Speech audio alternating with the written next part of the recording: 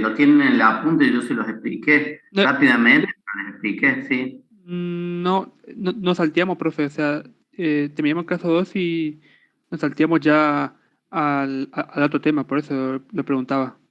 No, no, sí lo vimos. Lo que pasa es que lo vimos rápido, pero algo expliqué. A ver, espera.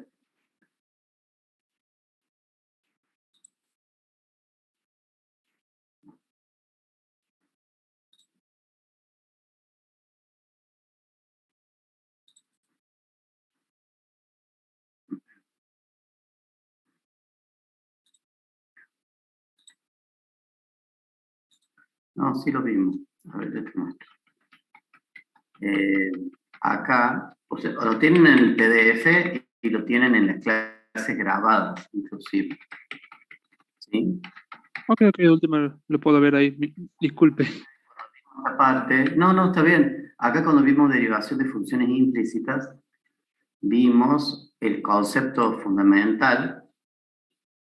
Acá vimos el concepto fundamental de lo que estamos hablando, derivaciones de funciones implícitas. Y luego vimos el primer caso, donde planteamos, bueno, es una ecuación y dos variables que define implícitamente una ecuación con dos variables, una dependiente y una independiente. En ese caso, la fórmula, Profe, disculpe, no está compartiendo pantalla. perdón, ahora lo voy, ahora voy.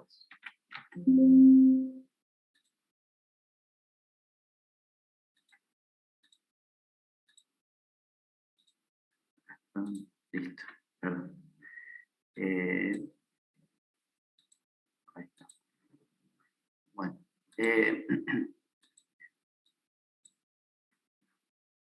acá en la que es funciones implícitas, nosotros,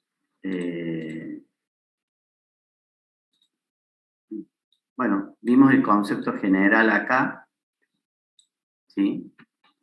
Ahí vimos el concepto general. Y cuando vimos el primer caso, ven, ahí habla del concepto general.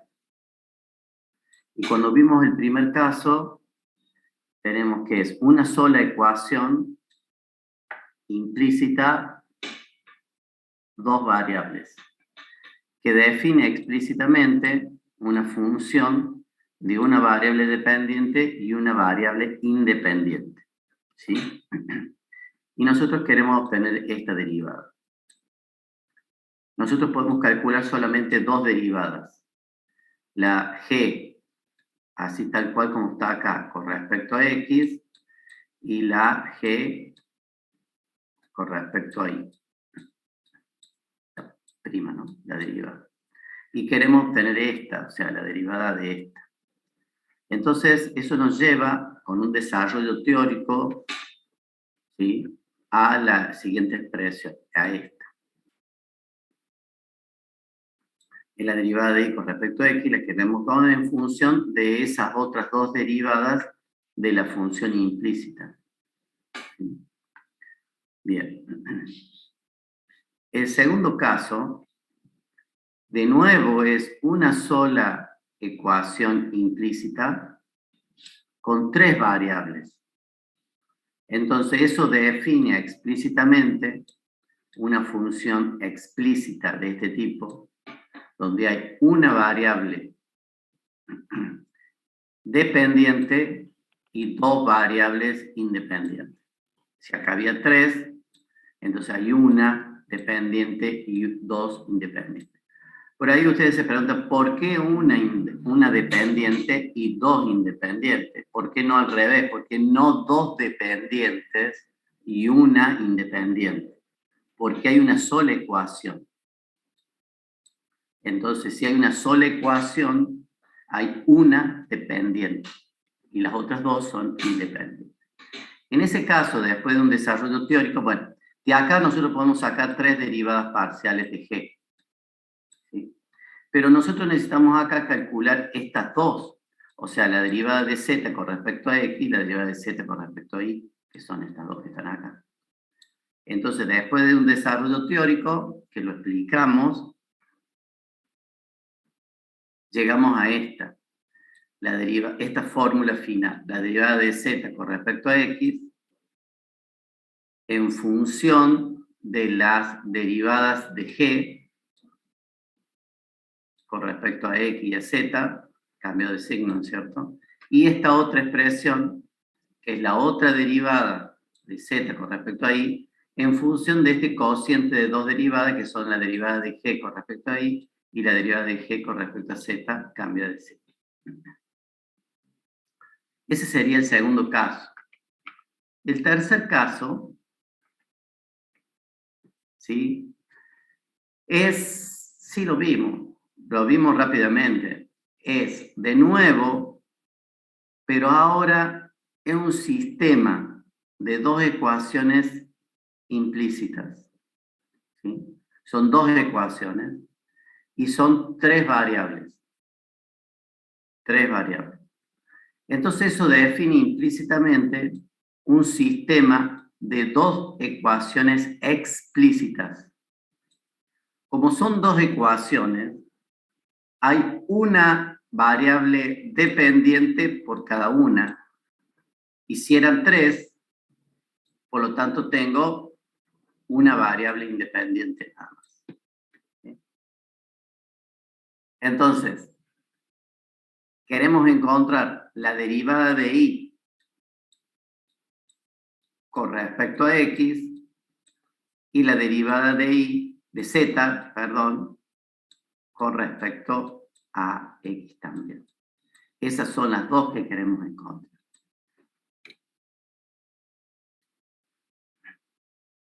Fíjense las nomenclaturas. Como esta era una derivada, como acá eran dos variables independientes, son derivadas parciales. Por eso la delta. En cambio, esta otra, como cada una depende de una sola variable, que es la x, esta es una d allí. ¿Sí? Es una D. Por lo tanto, acá tampoco sería correcto del todo poner que es con respecto a x. Se supone que es la y', porque se supone que es como x, y acá tampoco, ¿sí? Es z'. Bueno, y nosotros tenemos que, acá podemos calcular la derivada de g1 con respecto a x, derivada de g1 con respecto a z, derivada de g1 con respecto a y. Y acá también podemos calcular de g2 con respecto a x, g2 con respecto a y, g2 con respecto a z. Así que acá vamos a tener 6 derivadas. ¿Sí? Podemos obtener. Pero no son las que queremos encontrar. Queremos encontrar estas. Entonces, después de un cierto desarrollo, aplicando reglas de la cadena y ciertas condiciones, ¿sí? Que es todo lo mismo. O sea, acá por eso se hace 0 acá, porque es la derivada de una constante. La derivada de x con respecto a x igual a 1, ¿sí? Una serie de cosas. Nos queda, sí la expliqué. Es un sistema. Acá me queda un sistema de dos ecuaciones con dos incógnitas. Las incógnitas es esta columna y esta otra columna, que es la que estamos buscando. Para resolver ese sistema de dos ecuaciones con dos incógnitas, lo que hacemos es Cramer. Eso lo vimos lo vieron en álgebra. Aplican la regla de Cramer y queda un cociente, cada una de ellas es igual a un cociente de dos determinantes. Y determinantes de matrices armadas con derivadas parciales de G1 y G2. ¿Sí? Bien. La regla de Cramer es una cosa que ya estudiaron ustedes, y no lo vamos a explicar acá, en álgebra. Eso se llama determinante jacobiano. El determinante se llama determinante jacobiano. Y está formado justamente por derivadas parciales de las funciones cuyas filas están definidas por las funciones y sus columnas por las variables con las que respecto se derivan. Ustedes tienen que acá van a tener G1, fila G1, fila G2, ¿sí? ¿Ven? Acá está derivado con respecto a y, esa columna, y esta columna está derivada con respecto a y. ¿Sí? Y así sucesivamente. Aplicando regla de Kramer, ¿no? O sea, el armado de esta matriz, de esta y de esta es siguiendo ciertas reglas de Kramer. ¿Sí? Bien. A partir de ahí, para simplificar, ¿sí? Se utiliza una nomenclatura, el determinante jacobiano, en vez de escribir todo esto, para simplificar, se lo escribe de esta forma. ¿Sí? Cuando yo quiero hacer el determinante jacobiano de G1, G2 con respecto a XZ. ¿Sí? Entonces uno sabe que tiene que armar una matriz con derivadas parciales donde las filas son G1 y G2, ¿sí? Y uno está derivando con respecto a IZ. Z sería la derivada con respecto a I, y acá la derivada con respecto a Z. Si tenemos otro tipo de determinante, por ejemplo esta, determinante de G1 y G2 con respecto a XZ, esta sería la columna de X, las derivadas con respecto a X, y acá posiciono las derivadas con respecto a Z.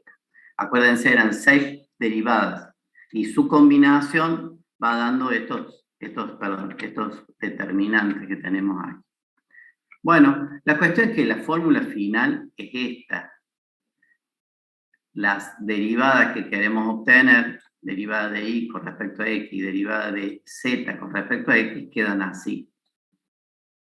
Para el tercer caso. ¿Sí? Por supuesto, en todos los casos el denominador no tiene que ser 0, ¿no? El denominador no tiene que ser 0. Entonces acá esto es un poquito más complicado, ya cada numerador y el denominador no es una derivada parcial como el caso 1 y 2, sino es el determinante de una matriz armada con las derivadas parciales. Pero no importa, uno puede memorizar esto, ¿sí? Memoriza eso. O sea, a ver cómo se hace. Puede memorizar esto. Primero, los denominadores son iguales. O sea, uno puede aplicar alguna regla mnemotécnica, ¿no? O sea, ve la derivada de y con respecto a x. Si está derivando con respecto a x, el determinante jacobiano es con respecto a las otras dos variables. El denominador. ¿Ve? Si está derivando con respecto a x, el determinante jacobiano es con respecto a las otras dos variables, en el denominador. Y en el numerador, ¿sí? Si yo estoy derivando la i, ¿sí? En el numerador es igual a lo del denominador, es igual al del denominador, solamente que la columna i, ¿sí? Se reemplaza por la columna x. Y acá la columna z se reemplaza por la columna x. ¿Sí? Hay una relación allí. Y viene de Kramer. Esa relación viene de Kramer, porque uno va cambiando columnas en Kramer. Bueno, ese sería el jacobiano, el tercer caso. Y el último, acá hay un ejemplo, ¿sí? Ustedes acá pueden calcular 1, 2, 3 derivadas, 1, 2, 3 derivadas, y necesitan encontrar, bueno, ustedes deciden, vamos a calcular, vamos a suponer que z e y son las variables dependientes y x la independiente. Aparte el propio enunciado ya se lo está diciendo, x es la independiente e y y z son las dependientes, y aplican la fórmula. Aplican la expresión esta y van armando las derivadas. Por ejemplo, si acá dice jacobiano de G1 y G2 con respecto a XZ, acá ponen las derivadas de G1, o sea, estas. Acá, una vez que acá ponen G1, no lo cambian más, ¿no? Háganle este cosito acá para saber cuál es G1 y cuál es G2. Bueno, acá ponen G2 y acá ponen la derivada de xz. O sea, la de x acá y la de z acá. Y van calculando la derivada. Bueno, la derivada de esto con respecto a x es acá, ¿no es cierto? Sería 9x cuadrado por z al cuadrado. Y esto da 0 y 0. Acá, 0 y 0. Así que sería 9x cuadrado, z cuadrado. Y así van construyendo. Luego hacen el determinante. Este por este, menos este por este. Este por este, menos este por este. Este por este, menos este por este. Este por este, menos este por este. Bien. Eso más bien del práctico es. No es teórico, ¿no? Entonces, fíjense, acá lo importante son esos detalles. Este denominador es exactamente igual a este. ¿Sí? Porque acá son iguales. ¿Eh? Entonces le va a dar el mismo denominador acá y acá. Y acá le va a dar el mismo denominador en los dos. O sea, lo único que cambia son los numeradores. Bueno, eso es con respecto al tercer caso. Y el cuarto caso son dos ecuaciones implícitas que definen explícitamente dos ecuaciones explícitas. Por lo tanto, si son explícitas, son dos, hay dos variables dependientes. Y si eran 4 variables independientes y 2 son dependientes, hay 2 independientes. Por lo tanto, es X e Y, las dos independientes. ¿Está bien? Entonces, de acá ustedes pueden sacar 4 derivadas de G1, y otras 4 derivadas de G2. Pero son derivadas de G con respecto a X, Y, U y B, ¿no? Pero no es lo que ustedes quieren sacar. Ustedes quieren sacar la derivada de U con respecto a X, la derivada de U con respecto a Y, ¿sí? Quieren calcular la derivada de B con respecto a X y la derivada de B con respecto a Y. Necesitan 4 derivadas. Entonces esas 4 se van a obtener de estas 8 derivadas. Acá están las 4, ¿ven? Bueno, y haciendo lo mismo, tomando como función compuesta, aplicando regla de la cadena y las propiedades de las derivadas, llegan a esto. Un primer sistema de ecuaciones, de dos ecuaciones con dos incógnitas, que es esto. Aplican Cramer y encuentran la expresión de estas dos derivadas parciales. Acuérdense, son 4 las que tienen que obtener. Hacen Cramer y les quedan estas dos expresiones para esas dos derivadas. Luego, hacen la otra regla de la cadena y encuentran otro sistema de ecuaciones más con sus dos incógnitas. Son derivadas de U y B con respecto a Y ahora. Y luego hacen Cramer y encuentran estas otras dos expresiones más. ¿Sí? Esas dos expresiones. ¿Qué más? Y bueno, les quedan esas 4 expresiones ahora. Son 4. Estas dos y estas otras dos. Y luego, acá hay un ejemplo. Fíjense, son 2 ecuaciones, pero tiene 4 variables. Entonces, bueno, el método más concreto de esto, para no enroscarse, es calcular estas derivadas aparte y dejarlas bien anotadas. ¿Sí? Dejarlas bien anotadas. No tratar de hacerlo de memoria, dejarlas bien anotadas. Y luego construir esto. ¿Sí? Tenerlo bien claro a esto y a partir de allí, de a poquito, van haciendo todo. En mi caso particular, cuando yo daba el práctico, ¿sí? Ahí hay un error, ¿no? Tenganlo en cuenta, capaz que está corregido. En mi caso particular, yo le decía a los alumnos que me lo dejen así planteado nada más. O hasta esta etapa, nada más. Pero que no me empiecen a simplificar la expresión. Esta parte no. Porque si se equivocan allí, sonamos. A mí me cuesta más corregirlo y ustedes tampoco están seguros. O que quede en este lugar o que quede en este lugar, habiendo hecho el producto esto por esto menos esto por esto. Bueno, eso era con respecto a las funciones implícitas. Así que bueno, no sé, ¿alguna otra pregunta? No, profe, disculpe. Bueno, acá también esto se lo había mostrado porque es como un resumen de los casos, ¿sí? Si hay una sola ecuación y una sola variable independiente, o sea, tenemos una sola ecuación y dos variables, hay una que es independiente y otra dependiente, entonces ese es el caso 1. Si tienen una ecuación y hay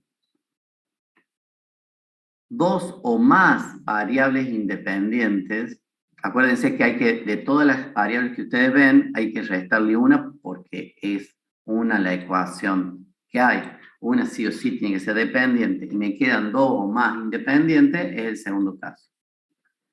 Si tengo dos o más ecuaciones y tengo una sola variable independiente, ¿sí? Voy a tener el caso 3. Y el caso 4 va a ser cuando tenga dos o más ecuaciones y dos o más variables independientes. Entonces eso les ayuda a ustedes a entender en dónde van ubicados el caso. De todas formas, hay muchos profesores que explican solamente el caso 4. Hay profesores que explican el caso 4 porque los otros 3 casos son simplificaciones del caso 4. ¿Está claro? O sea, explican al revés. Explican el 4 y todos los otros son simplificaciones del caso 4.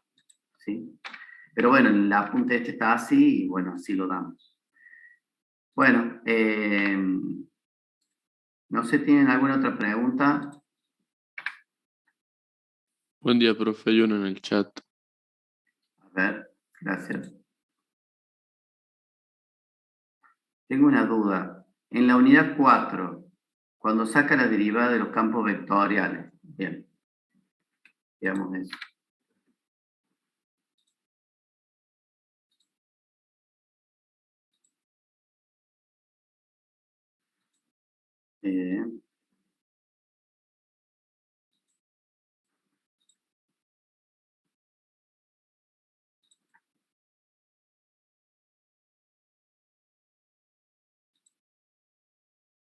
Campos vectoriales.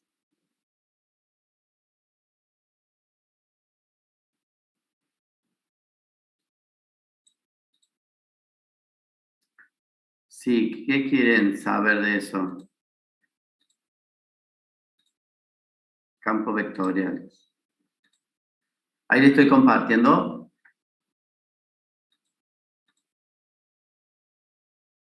Sí, profe. En el ejemplo 2. Bien. Campo vectorial. Sí. Profe, no sé si se me escucha. No, sí te escucho. Ahora sí. Recién no. Ah, bien. Bien. Por eso escribía por el chat. Ahí cuando va sacando las derivadas, Sí. en la primera fila lo saca con respecto a X. Y ahí ese derivante tiene que ser 2i. Está mal acá. 2i. Y acá es Ah, 2e. bien, eso era. Sí, lo habíamos visto eso. Se lo había comentado. Ahí está mal eso. O sea, acá. Acá va. Acá es así. Es la derivada. Acá ustedes tienen P, Q y R. Acá este sería P. Acá esto sería Q, y este sería R en forma vectorial, ¿no? Sí, acá está como para ordenar. En forma vectorial. Entonces, que este sería P, acá estaría Q, ¿está bien? Y acá estaría R. Esta sería la derivada con respecto a X, esta es la derivada con respecto a Y, y esta es la derivada con respecto a Z. ¿Sí? Así que esta sería la derivada de P con respecto a X, sería 2Y. Y la derivada de P, perdón, la derivada de P con respecto a Y sería 2X. La derivada con respecto a Z igual a 0. La de Q, está bien. Derivada de Q con respecto a X sería YZ. Está bien, esto está bien, todas están bien. Bueno, ¿alguna otra pregunta? Profe, ¿le puedo hacer una consulta más? Y no le molesto más, disculpe. Sí, decime. Ah, En las derivadas direccionales, el ángulo que le dan, por ejemplo, en un ejercicio, es respecto al eje de las X, ¿no? ahora lo vemos. En derivadas direccionales. Sí.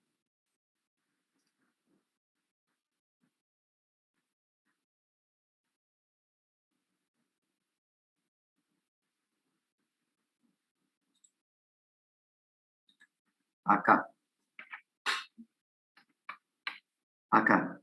¿Qué quieres saber? Si en un ejercicio te dan un ángulo, ese ángulo es respecto al eje de las X, ¿no? Casi sí, sí. No creo que te digan una cosa por otra. Sí. Ok. Por ejemplo, en este ejercicio que está acá, ¿ves? Lo único que tengan en cuenta es eso, sí. Que yo les comenté que en una parte del apunte le llama alfa, le llama gamma y después le dice alfa. Y ahí puede prestar... Profe, disculpe, no estamos viendo nada. Ah, que de vuelta hay que compartir de nuevo. A ver un momento. Si lo había compartido. A ver. Sí.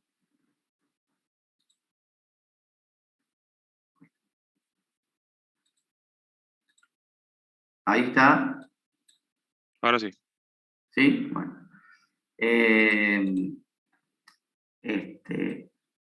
Bueno, primero vamos a la pregunta. Sí, les dan el ángulo, siempre se entiende que es el ángulo con respecto al eje positivo de las X. Siempre, se supone. En este caso, no te dan el ángulo en el ejemplo 2. Te dan el vector. ¿Sí? Estoy viendo los ejemplos, ¿no? En este caso, te dan un vector en el espacio, porque esto es en el espacio. Estoy viendo todos los ejemplos que tenemos acá. Acá no hay. Bien. Lo que quiero aclarar ahora, que me sirve la pregunta para volver a ver el tema este. Cuando vemos derivada direccional, ese ángulo con respecto al eje de las X le llama gamma. ¿Sí? Ojo con eso. Pero después, bueno, acá también le llama gamma con respecto al eje. Y le llama alfa a la pendiente, al ángulo de la pendiente de la recta tangente geométrica. ¿Sí? Ese no está en el dominio, ¿no? Este ángulo alfa. Está en un plano perpendicular al dominio. Ese es un problema de nomenclatura acá en el apunte. Pero después, cuando habla de los cosenos directores, ¿sí? Acá, cuando habla de cosenos directores, a gamma lo llama alfa, ¿sí? Y allí es como que cambió. Sigue siendo lo que era coseno de gamma, ahora dice coseno de alfa, ¿sí? Tengan en cuenta eso. Y entonces queda coseno acá, con el ángulo complementario. Tengan en cuenta eso. Y estos son ahora sí los cosenos directores de esa dirección. ¿Sí? Nada más, es el único problema que puede haber duda que Y una vez tuve un problema con un alumno porque decía que yo le había explicado mal y que por eso él había reprobado. Y en realidad el apunte está así, tampoco está mal el apunte, pero tenés que leerlo con atención. Bueno, y bueno, eso.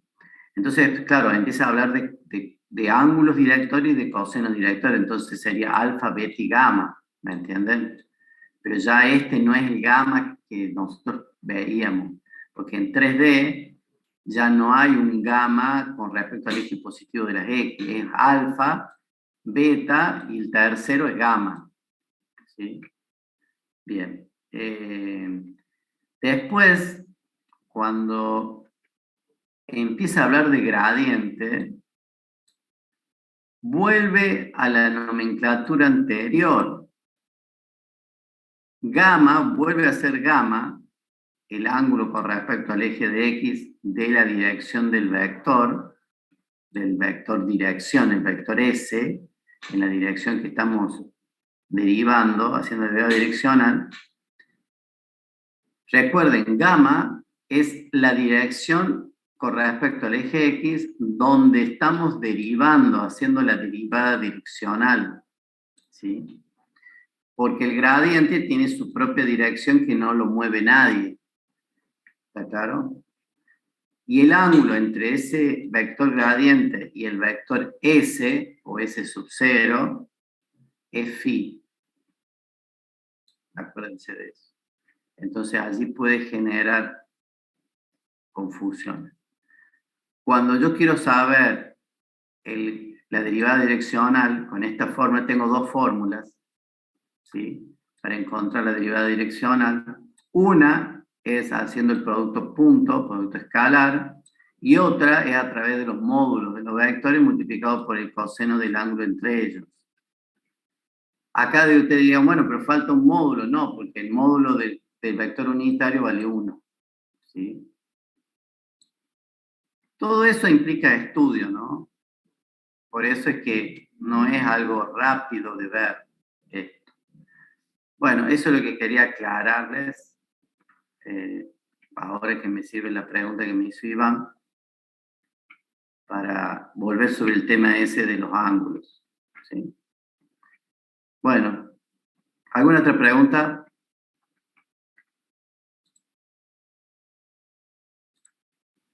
Profe, Sí. ¿puede explicar cuando era la derivada divisional máxima? Sí, perfecto. Vamos acá. Vamos con las fórmulas. Después vemos la parte gráfica. Vamos con las fórmulas. Acá hay un desarrollo, o sea, acá lo dice de pecho, ¿no? Como quien dice, que una derivada direccional es igual a el vector gradiente, producto punto, el vector unitario, correspondiente a la dirección en la que estamos haciendo la derivada direccional. Entonces, todo ese párrafo está acá en la fórmula esta. Derivada direccional en la dirección de gamma igual al gradiente. Por eso le hago una rayita ahí, porque es un vector gradiente de la función f, producto punto, el vector unitario. Esa es una fórmula. Esa fórmula la pueden usar muchas veces, porque si tienen el gradiente y el vector unitario como el vector unitario lo tienen como los cosenos directores, ¿sí? Coseno sería coseno, en este caso sería coseno de gamma y coseno de 90 menos gamma, ¿sí? 90 grados menos gamma. Lo pueden calcular y ya sacan la derivada direccional, les tiene que dar un número. Hay otra expresión que ustedes ya la han visto en álgebra, que el mismo valor, este mismo valor lo pueden obtener haciendo el producto del módulo del gradiente el módulo de los dos vectores, solo que este vector es unitario, por eso vale 1 el módulo, o sea, está multiplicado por 1, por el coseno del ángulo comprendido entre los dos vectores. Ese ángulo sería phi. ¿Sí? Entonces, de las dos, ahora nos quedamos con esta, para hacer el análisis que vos me preguntaste, Tomás. ¿Sí? Nos quedamos con esta. Entonces, acá voy a hacer un dibujito para no perdernos. Vamos a hacerlo. Vamos a hacer un dibujito acá. Vamos a hacer un dibujito.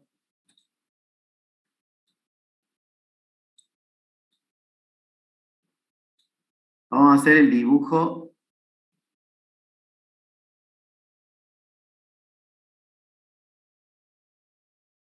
del dominio. Vamos a dibujar sobre el dominio de la función. ¿Ah? Entonces yo tengo este el eje X, este el eje Y. ¿Sí? Acá tengo un punto P con coordenadas X, Y. En este punto P, si yo ya tengo la función z igual a f de x, y a la vez tengo el punto P, ¿sí? La derivada direccional ya la puedo calcular yo, ¿sí? XY. En este punto P, yo, si tengo esta ecuación y el punto P, o sea, las coordenadas XY, ya puedo calcular el gradiente. El vector. Supongamos que el vector gradiente me da así. El módulo, dirección y sentido. Ese sería el gradiente. Vamos a poner el símbolo nabla Z. Ese es el gradiente. ¿Sí? Ahora yo quiero calcular la derivada direccional en esta dirección. Vamos a hacer el vector así. En esa dirección. Ese sería mi vector S. Este vector S va a tener un cierto ángulo con el eje de las X, que le vamos a llamar, vamos a mantener la misma nomenclatura, gamma. ¿Sí?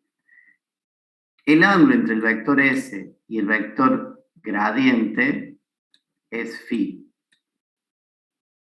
¿Sí? Entonces, me dice la fórmula esta que el gradiente en esa dirección, la derivada direccional en esta dirección, ¿sí? Es el módulo de este vector. El módulo de este vector, no hay problema, se calcula como la raíz cuadrada, el módulo de ese vector, de la derivada de z con respecto a x elevado al cuadrado, más la derivada de z con respecto a y elevado al cuadrado. ¿Por qué? Porque las componentes del vector son las derivadas parciales de z y de x, ¿no? Y entonces, para calcular el módulo de un vector, hay que hacer como si fuera Pitágoras, elevado al cuadrado, sumar, sacar la raíz cuadrada, y ese es el módulo del vector. Así que esta fórmula es la que va acá. Básicamente es un número. El módulo del vector me va a dar un número. Entonces, está multiplicado ese número por el coseno de phi. Si phi, por ejemplo, vale 0, si phi vale 0, quiere decir que este vector S pasa por acá.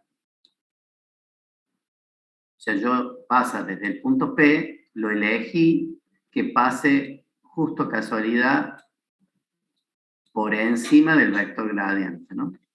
Entonces, phi va a valer 0, ¿sí? Al valer 0, el coseno de phi vale 1.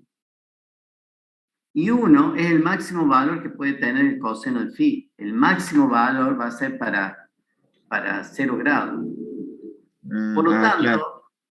lo tanto, la derivada direccional va a tener el máximo valor que puede tener numéricamente la derivada direccional, que va a ser igual al módulo del vector gradiente. No igual al gradiente, igual al módulo del vector gradiente. ¿Sí? Entonces, a eso se refiere, a que cuando uno está derivando, calcula la derivada direccional en la dirección del vector gradiente, obtiene la máxima derivada direccional. Y es igual esta máxima derivada direccional al módulo del vector gradiente, que es lo que está expresado acá. ¿Ven? La derivada direccional máxima, le puse yo, es igual al módulo del vector gradiente. Y el vector gradiente se calcula de esta forma. Acá pónganle máxima de nuevo también. ¿Sí? Es todo cuando es máxima. Bien, ¿la derivada direccional puede tomar otros valores? Sí, siempre y cuando derives en otras direcciones. Por ejemplo, si derivas en esta dirección, fíjense que yo al vector gradiente lo dibujé y no lo toco más, ¿no? Yo lo que estoy moviendo es el vector S. Si yo quiero derivar en esta dirección, básicamente el módulo va a ser el mismo, o sea, esta parte va a ser igual, va a dar el mismo número que antes, pero el coseno de phi no va a valer 0, va a valer, por ejemplo, no sé, 45 grados. Y el coseno de 45 grados está entre 0 y 1, ¿sí? Entonces, va entre 0 y 1, supongamos que valga 0,5, ¿sí? 0,5, en realidad vale raíz de 2 sobre 2, ¿no? O sea, 1, raíz de 2 sobre 2 era, ¿no? Sí, ya no me acuerdo cuánto. 1,4 puede ser. ¿Ah? No, dije cualquier cosa. Disculpe. Sí, 0,7 creo que, una cosa así. Bueno, no importa. La cuestión es que es un número menor que 1, por lo tanto lo va a recortar. Ahora la derivada direccional no va a tener todo el valor del módulo de gradiente, sino un poco menos. En realidad, como dice ahí, es la proyección del vector gradiente sobre la dirección. Así que nosotros vamos a tener que la derivada direccional va a valer esto nada más, esta distancia. Es una distancia, no es un vector, ¿no? Esta distancia. Y a medida que yo me aleje cada vez más, fíjense, la proyección va a valer cada vez menos. Si yo derivo en esta dirección, fíjense cómo va cambiando la medida de mi derivada. Se va reduciendo. Va a llegar un punto que yo estoy derivando a 90 grados y la proyección va a ser 0 del vector gradiente. Y la derivada direccional en esta dirección vale 0. La dirección esta S vale 0. La derivada direccional.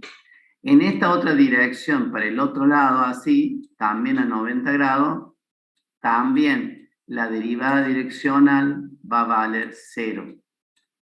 ¿Sí? Y es fácil también matemáticamente verlo, porque yo ahora lo estoy viendo como proyección, pero el ángulo que voy a tener acá es 90 grados. El coseno de 90 vale 0. Entonces se anula esto, por más que tenga un módulo, y se hace 0 la derivada direccional. ¿Sí? Ahora, por ejemplo, si yo derivo en la dirección opuesta al vector gradiente, totalmente opuesta al vector gradiente, fíjense que yo estoy dibujando S, ¿no? No estoy dibujando la derivada direccional. La derivada direccional es un escalar, ¿sí? Si yo derivo en la dirección opuesta, ¿cuánto vale phi?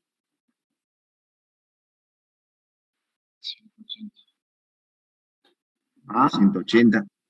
180 grados vale phi, y por lo tanto el coseno de 180 es igual a -1. Entonces, la derivada direccional toma un valor que es igual al valor del módulo del vector gradiente con signo negativo.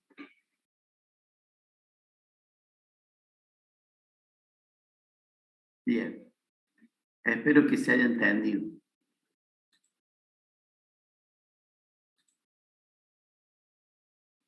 Sí, profe, muchas gracias.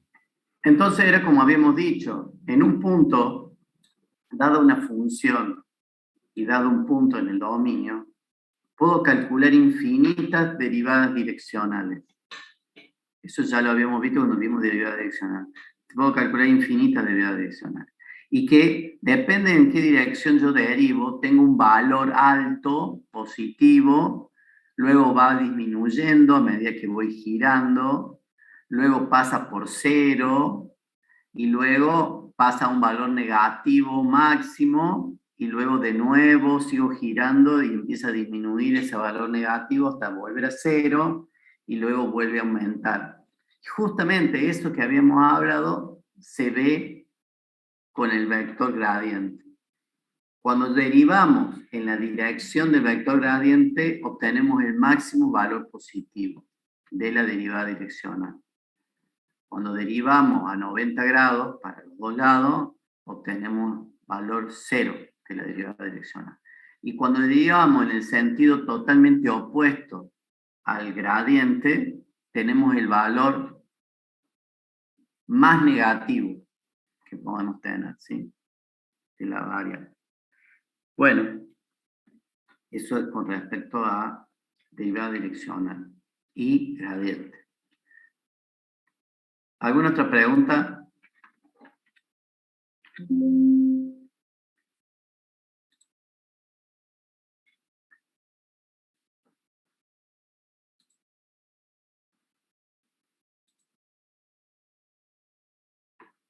¿Nada más? Bueno, recuerden, es unidad 1, 2, 3, 4 que van en el parcial. El parcial es mañana viernes a las 8 de la mañana, se conectan al Zoom y allí yo les doy acceso a la UV y ustedes rinden en la UV. Es con cámara encendida, por favor. Cámara encendida. ¿Cuánto tiempo dura el examen, profe? No me acuerdo bien, creo que son 40, media hora, 40 minutos. Escuchen, es cámara encendida, micrófonos abiertos, sin hacer ruido, háganlo callar al perro, no sé, micrófonos encendidos y sin auriculares en los oídos, ¿sí? Sin auriculares en los oídos. ¿Está claro? Y el otro tema importante es que uno puede configurar el Zoom y yo a la UV, y yo la configuro a la UV para que no puedan trabajar de dos dispositivos diferentes. ¿Está claro? Así que eso ténganlo en cuenta también. No van a poder estar en la UV de la facultad desde dos dispositivos diferentes. Eso les comento desde ya, ahora. Así que ténganlo en cuenta. Bueno, hagamos un recreo de, no sé, 15 minutos y volvemos y largamos con la unidad número 5. Empezamos un poquito a ver el tema de integrales. Bueno, a ver, tengo un chat. No hace falta desarrollar nada, Martín.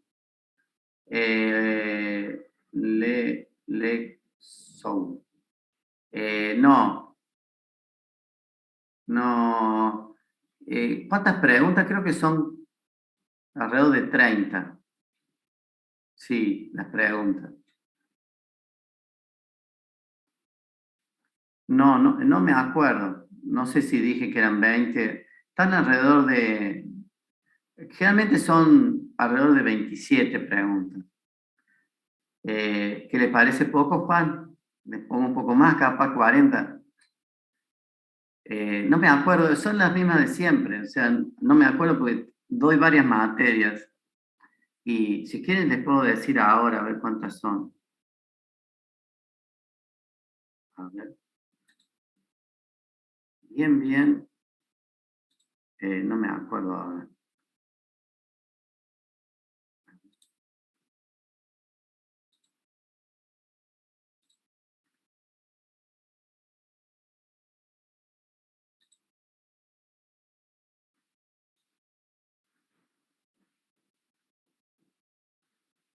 Tengo que armarlo porque del año pasado ahora me borraron todas las, ¿cómo se llama? Toda la V. Pero ya les digo, esperen un ratito.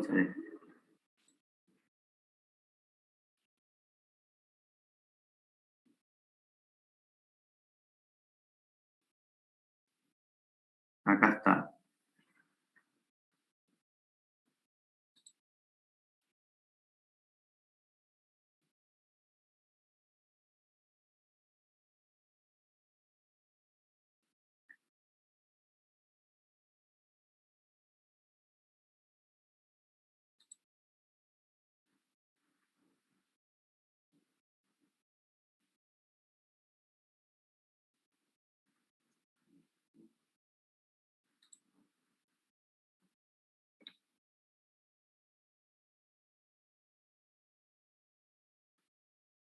Acá está. Son 40 preguntas.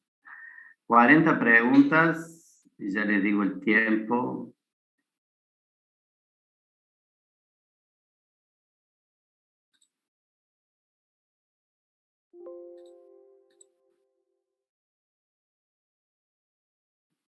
$40 preguntas en 45 minutos. Eso es. 40 preguntas en 45 minutos. Eso es.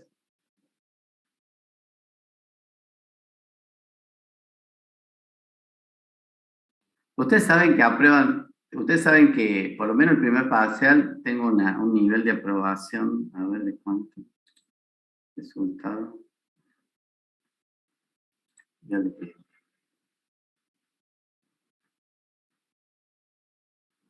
Se aprueba con 6. Así que 5, 4, 9, 3, 12, 15. 15. De 61 alumnos, solamente reprobaron 15. No está tan mal. Eso fue el año del cursado, o sea, el 2021. Para que tengan una idea. No está tan mal. O sea, digamos, un sexto, un quinto no aprobó. Por supuesto fueron al recuperatorio después, pero no está tan mal, ¿eh? O sea, no es imposible. Pero bueno, lo veo. Me fijo un poquito más cómo es el histórico. Pero sí, así fue. O sea, no fue con el curso de verano este mismo del año pasado. Fue con el año 2021. Porque yo tengo 2 comisiones y a las 2 hice lo mismo. O sea, 40 preguntas en 45 minutos.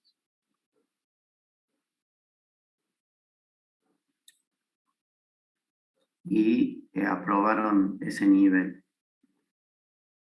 Promedio general, 7 puntos. Promedio general. Y aprobaban desde 6 para arriba. Bueno, hagamos un recreo y... Profe, una pregunta. Sí. Antes del recreo, ¿tenemos que estudiar algún ejercicio práctico, teórico o no?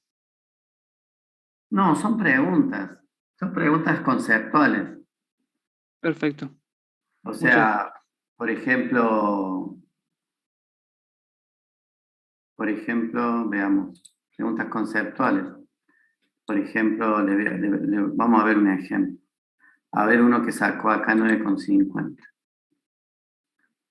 Por ejemplo, una pregunta.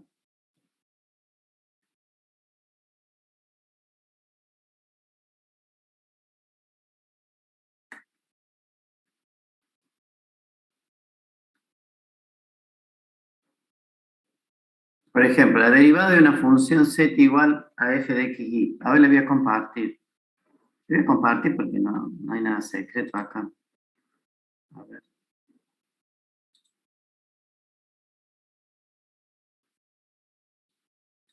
A ver, ¿dónde está? Acá. Por ejemplo, ¿ven? Ahí dice, ¿lo ven a la pantalla? Sí, profe. Ahí se ve la derivada de una función z igual a f de x, y en el punto AB, en la dirección de un vector B. ¿Sí? O sea, está pidiendo derivada direccional. Le da la dirección en función de un vector B1 y B2, genérico, en un punto AB, y la función. O sea, si ustedes no han estudiado, no entienden nada. No entienden que esta es la función superficie, que este es un punto del dominio, y que este es la dirección de un vector en el dominio, que indica en qué dirección se va a derivar. Entonces ponen las opciones. La pendiente de la recta, ¿sí? La derivada direccional va a ser la pendiente de la recta tangente a la superficie en AB en la dirección de alfa igual arco tangente de B2 sobre B1. O es la derivada parcial de la función AB en la dirección de dicho vector. De la función AB. Derivada parcial. Eso está mal. Un caso particular de derivadas parciales en el punto AB en la dirección de dicho vector. Sí, es un caso particular, pero no es un caso particular de derivadas parciales. También está mal. Y esta otra que generalmente anotan esta porque no tienen ni idea y algo escucharon por ahí. La dirección de máximo crecimiento de la función. No, porque en esta dirección puede ser que no crezca en ese... O sea, cuando dice máximo crecimiento, es justamente la dirección del vector gradiente. Y entonces en esta que me han dado genérica, no necesariamente. Así que también está mal esa. La única es la A, la correcta. ¿Sí? Ese tipo de preguntas. ¿Sí? Por eso les aconsejo que tengan papel y lápiz, porque hay muchos de ustedes les gusta dibujar o rememorar alguna fórmula. Entonces, les sirve, tengan papel y lápiz ahí a mano para hacer alguna esquemita, si es que quieren hacerlo.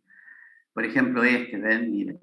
Seleccione el tipo de función y nombre correcto de las variables que intervienen en la siguiente expresión. Fíjense, son f de x, y, z, u y b igual a 0, y u, y la u con u igual a g de x, y, z, b. ¿Sí? Entonces pregunta si es una función compuesta, ¿sí? Si es una función implícita, si es una función compuesta y si es una función implícita. Por ejemplo, el correcto es una función implícita, está bien, esta, ¿no es cierto? Es una función implícita, donde u, está clarito ahí, es la variable dependiente, x, y, b y z son variables independientes, existiendo una derivada implícita por cada variable independiente. ¿Sí? O sea, tienen que elegir el texto correcto. Habría que analizar las otras también. ¿Ven? Es una función compuesta, está bien, una función compuesta, pero no es tanto una función compuesta. ¿Sí? Es una función implícita, donde u es la variable intermedia. Y, u, b y w y z son variables independientes. No, está mal. O esta otra, función compuesta donde x y y son variables intermedias. O sea, estamos mezclando dos temas. La que podría ser es esta, función implícita, donde z es la variable dependiente. ¿Por qué? Si acá me la han despejado u. ¿Por qué? ¿Por qué Z va a ser la variable dependiente? ¿Me entienden? O sea, hay un texto correcto, ¿sí? Bueno, otro caso, miren este, es una tontería. ¿Qué es un campo vectorial? Claro, pero si ustedes no leyeron nada, en el examen del día martes, en el examen final, había alumnos que mezclaban campo vectorial con función vectorial. Yo le estaba preguntando por función vectorial y ellos me escribían un campo vectorial. Yo le digo, ¿pero ese de dónde va? Y este va de R2 a R2. Y entonces, ¿es una función vectorial? No.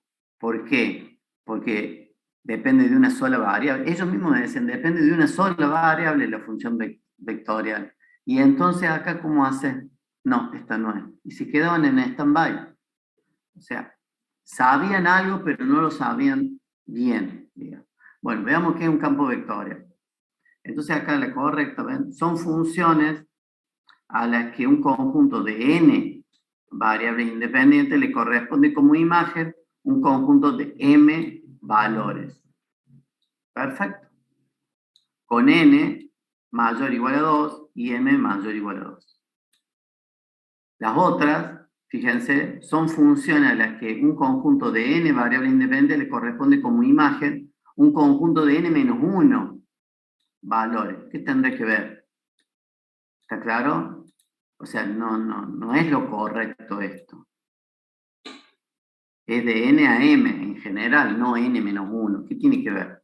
Y después de estas son funciones a las que una variable independiente le corresponde como imagen una variable independiente. Le corresponde como imagen un conjunto de m valores. Sí, está bien, un conjunto de m valores sí, pero no es una variable independiente. El campo vectorial va de varias variables independientes a varias variables dependientes. Así que la correcta es la B. Y bueno, ese es el tipo de cosas. Miren, que permite comprobar el teorema de Schwarz. La continuidad de las derivadas parciales cruzadas. No. La igualdad de las derivadas parciales cruzadas. Puede ser. Donde el orden de derivación altera la derivada siempre que la cantidad de veces que se derive respecto a cada vez sea por lo menos 2. Está todo bien hasta acá. O sea, toda esta parte viene bien. Y acá, hasta acá nomás. Lo último no tiene nada de sentido. Claro, y después la última parte la mete la gamba. Bueno, entonces, claro, pero si uno estudia rápido a las apuradas, uno siempre cree que la derivada sucesiva y las cruzadas es hasta segundo orden nada más. Entonces ese 2 le entra. La correcta es esta. La igualdad de las derivadas parciales cruzadas siempre que se compruebe su continuidad, donde el orden de derivación no altera la derivada, siempre que la cantidad de veces que se deriva respecto a cada vez será la misma. Perfecto. Esto se contesta, si ustedes lo saben, esto se contesta en 10 segundos. El tiempo que les lleva leer todo esto. Y se contesta, o sea, no es que se tienen que poner. Ahora, si no están seguros, claro, bueno, ahí se tienen que poner a pensar, le mandan un WhatsApp al compañero a ver si te puede resolver algo. Bueno, el hermano que está del otro lado de la pantalla le va haciendo señas por abajo de la mesa. Bien. Después acá dice, ven, bueno, hay distintas preguntas, son todas así. Bueno. Si estudias bien, te salen. ¿Cómo? Y si uno estudia bien, salen, porque es lo que estamos viendo en clase. Sí, o sea, estadísticamente, si uno estudió bien, estadísticamente tiene más probabilidades de aprobar, ¿sí? Porque se aprueba con 6. Así que sí, hay muchas probabilidades que si has estudiado bien, te vaya bien. No puedo asegurar yo 100%. Ahora, a ver, veamos. Supongamos que estudió bien. Y bueno, y sí, y tiene una probabilidad de sacar entre un 4 y un 8. ¿Me entienden? El resto va a depender de qué tan fresco tuvieron su cabeza, qué tan iluminados tuvieron en ese momento, qué tan bien recordaron lo que habían estudiado y todo lo demás. Pero no va a sacar un 2 o un 3. ¿Me explico? Algo va a poner las manos, digamos, el alumno. Y si ustedes se esfuerzan y tratan de contestar todas, si no abandonan el examen, si no se ponen mal y dejan el examen, probablemente saquen más de 6. 6 o más de 6. O sea, justamente ya yo he hecho esta base de datos y ya van varios años que la uso y que ya me da una estadística a mí de que a los alumnos en general les va bien. Aún los que han estudiado no tan bien. Aún los que no han estudiado tan bien, también les va bien. ¿Sí? Porque tienen que sacar 6, nada más el 60% tienen que llegar. Bueno, chicos, hagamos un corte y... Sí, profe. ¿A qué hora volvemos? Sí, la nota va a aparecer. No van a aparecer las preguntas, ¿no? Ahí me pregunta, va a aparecer la nota. ¿Sí?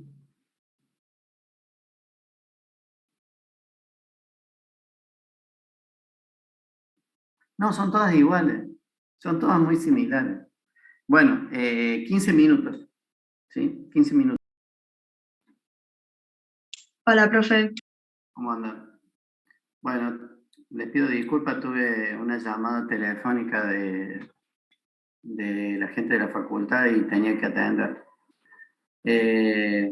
Bueno, no queda mucho tiempo, lamentablemente. Disculpen porque tenía que atender, era gente de la facultad. Bueno, con respecto a la unidad 5, el capítulo 5 empieza con integrales múltiples. Bueno, básicamente acá hace un paralelismo con lo que ustedes ya vieron de integrales simples.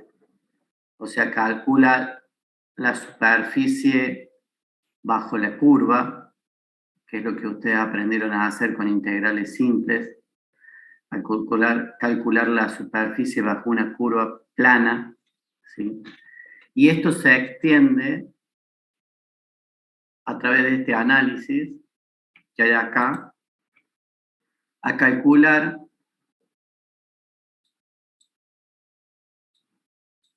la integral doble. ¿Por qué? Porque ahora vamos a tener una función de este tipo. Integrar z igual a f de xy. En un cierto dominio, al principio rectangular y después general. Entonces, básicamente, habíamos dicho que ustedes tienen una función z igual a f de xy, que es una superficie en el espacio, y tienen un dominio de integración. Antes ustedes tenían un dominio de integración que era un segmento entre A y B. ¿Sí? Pero ahora, como hay dos variables independientes, hay otro segmento más de integración, que entre los dos, en el dominio, forman un área plana. Entonces, cuando uno integra, básicamente está tomando, cuando integra, toma la altura de cada elemento multiplicado por el área base. O sea, antes ustedes hacían y multiplicado por diferencial de x. Ahora hacen z multiplicado por diferencial de x y diferencial de y. Diferencial de z es la altura en ese punto.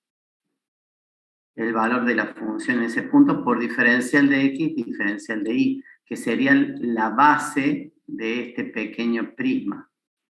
¿Sí? Sería esa base. Entonces, lo que están obteniendo ahora es un diferencial de volumen. Fíjense, altura por base, base por altura. Entonces están obteniendo un diferencial de volumen. Y la integral, cuando ustedes integran todo, básicamente le está dando la integral del diferencial de volumen. O sea, están sumando todos los pequeños volúmenes estos. Van obteniendo distintos volúmenes con distintas alturas, ¿no es cierto? Entonces van sumando todos esos elementos desde A hasta B y desde C hasta D. Y básicamente entonces lo que es una integral doble, la integral doble, ¿cierto?, de esta superficie entre A, B, C, D, termina siendo el volumen, es un volumen bajo la superficie.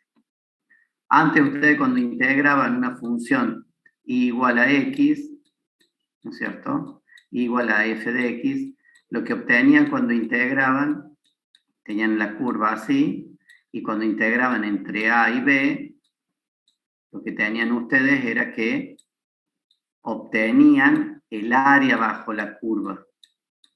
Bueno, ahora lo que obtienen es el volumen bajo la superficie, hasta el plano XY, hasta este plano.